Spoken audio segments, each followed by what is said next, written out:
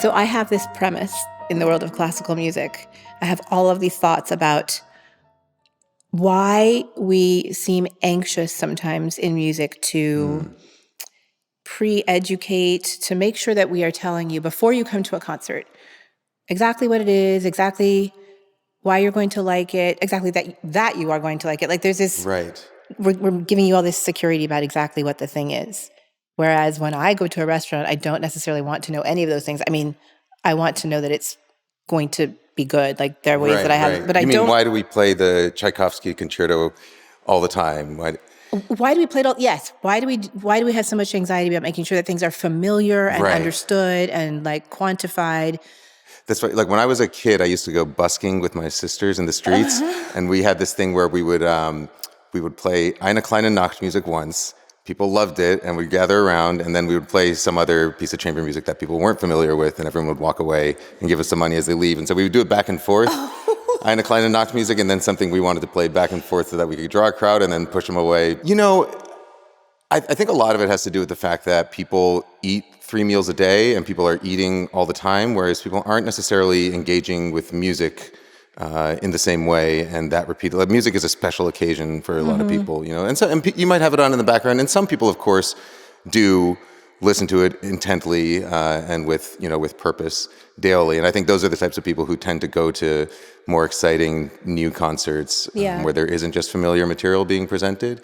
But I think that's a lot of it, is that with food, we have a context, right? It's like if maybe 10 years ago, deconstruction in food was a real popular thing. And you could go to a restaurant, say Wiley Dufresne's restaurant in New York, and get a deconstructed everything bagel with salmon, right? And it would be everything seasoning this and like a salmon tuile or whatever it is, like a bagel gel, you know? And even if that kind of food doesn't appeal to you, everyone has a sort of base, like everyone knows what an everything bagel with salmon is. And so you can connect to the food on that level. Whereas I feel like with music, not everybody who goes to a concert necessarily has sort of the background information. They're not as fluent in musical language as they are with the sort of the flavors that are going into their mouths, just because we regularly eat and we don't regularly go to classical music concerts. No, it's true. Also, I learned something so interesting this week. So we're here in Knoxville at the Big Ears Festival, but I've been in Knoxville all week doing a residency. On my first day, we went to a class at the university here where they are actually studying the festival. Amazing class where the students are learning about context and, why should you care and why should you listen? And I happened to be talking with them about Florence Price, who is a composer who is very familiar and beloved to me, but not necessarily to the general public until very recently. And then I said, wait, hang on. Can you even name a composer? I mean, these are university students. They're not dummies, right? Right. And so the usual suspects, Bach, Beethoven. And then we investigated that further. And it turned out that most of the students did not know those composers because they knew their music so much as like, this name is in the culture. Just in the general zeitgeist. Or like there was a commercial or there was a cartoon. And it made me realize how far we actually do have to go. Right. The baseline of you will like this, you should come to this symphony concert. It's actually starting from like negative something. Right? But if they heard some of the tunes, they would recognize them. Right? I think so. I think a few of the tunes. Because I think with food also, if you ask people if they know who Carême was or who Escoffier was, they might know those. They might recognize those names, but they probably don't know what they did in the food world or no, not at all. But they know what a steak is. They do know what a steak is. Yeah, that's the difference. Yeah, it's interesting. I mean, and yet at the same time, music is so much part of the culture. It's always there, and it's so accessible. And so I do think, and we probably won't solve this today, but I think there's something about just sort of information and everyday experience. I mean, you're right. We do eat all the time. Right. I mean, there's also a difference between classical music and pop music. Yeah. And with pop music, I think, so with food, often what you're doing is you're taking a recipe, some flavors that people are familiar with, and if you're going to change it, you change it in a way that it's changed just enough, but people still recognize, like, okay, this is beef, this is seared beef, maybe the sauce is a little different, whatever.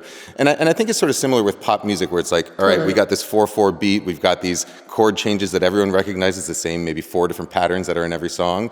And we're going to change the words a little bit. We'll change the production a little bit. We'll change the instrumentation. But there's still enough there that people can latch onto it and immediately connect to it, even if it's new. Yeah. You know, so I think in that sense, like food and the way people approach menus and the way chefs might think about menus is more, for the most part, is more similar to pop music than it is to classical. Absolutely. With classical music, a lot of it, it's like you've got your set recipes, and a lot of it just comes down to the interpretation. And there is, of course, food like that also. You know, there are classic dishes. Yeah. There's like steak tartare, which is a very defined thing. It's chopped steak, chopped pickles, shallots, capers, and it's a very defined thing.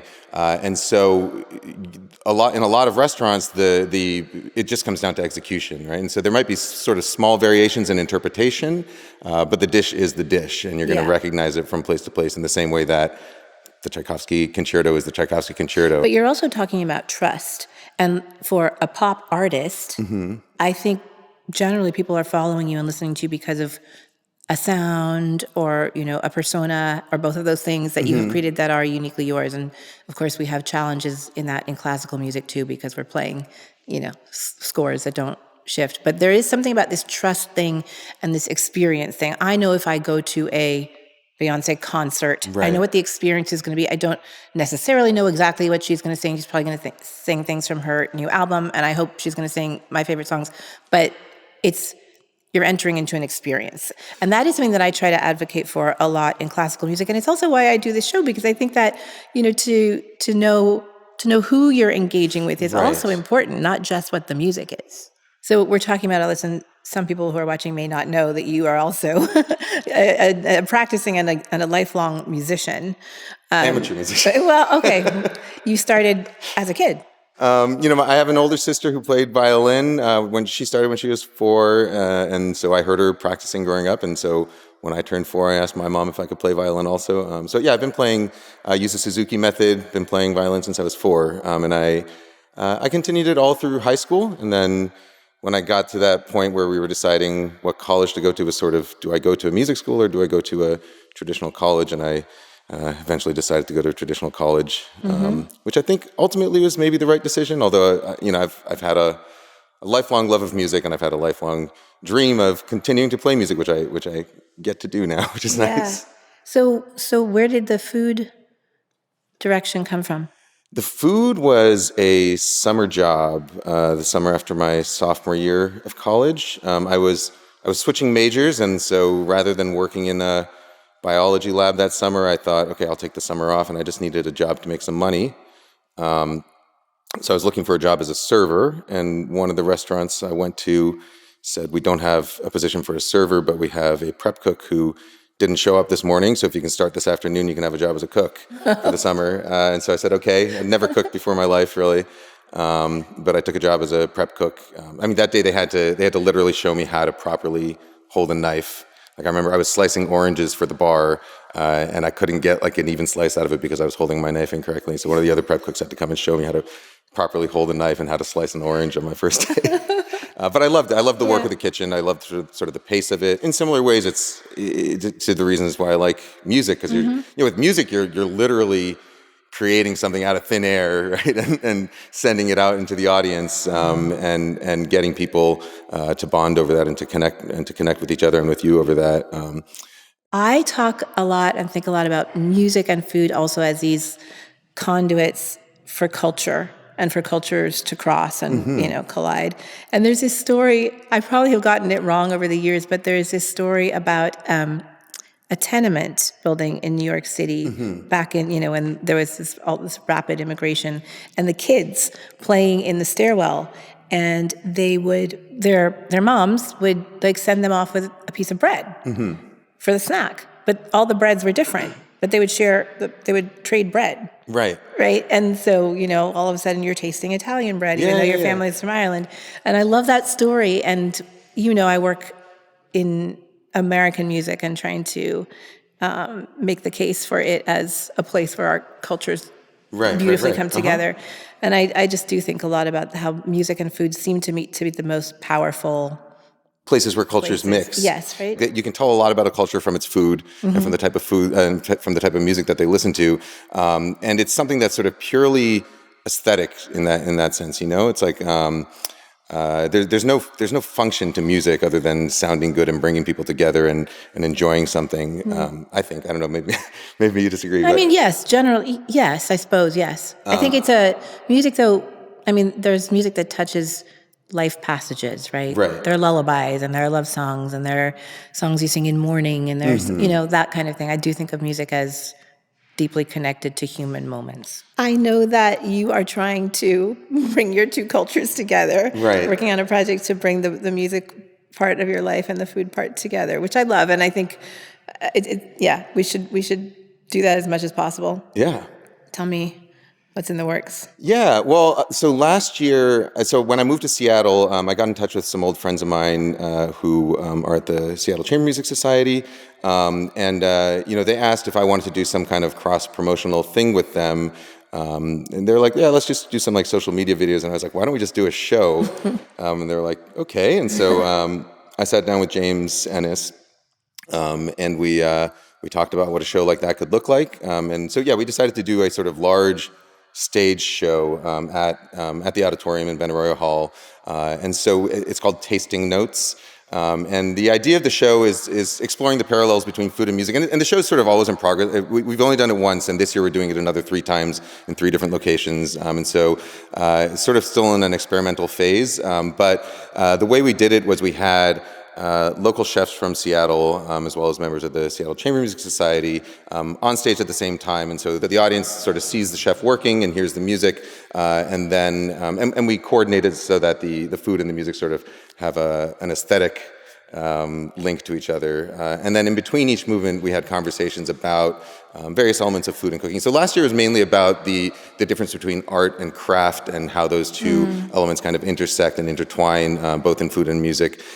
So we want to talk about how, as a musician, you think about putting together a single piece of music, and how a chef might think about putting together a single dish, and so that's going to be the avenue of exploration. I think we're also going to do a little bit of exploring about exactly what you talked about cultural exchange and about sort of both the good things that come out of it and also the trickier steps. The trickier parts that come up, particularly with ideas of sort of appropriation, and like pulling folk melodies and turning them into classical music for these rich audiences, or pulling folk recipes and turning them into fancy food. I think there's similar there's similar sort of minefields in both of those departments. Okay, there's one more thing I want to share with you. So the residency that I've been doing all week is it's around a project of mine called Declaration, which is just investigating the concepts of life, liberty, and the pursuit of happiness, and how we perceive those and our vision for them, and so forth.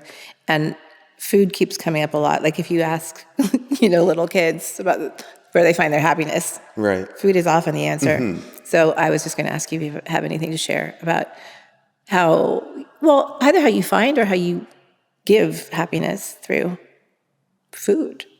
Oh yeah, I mean it's a two-way street for sure.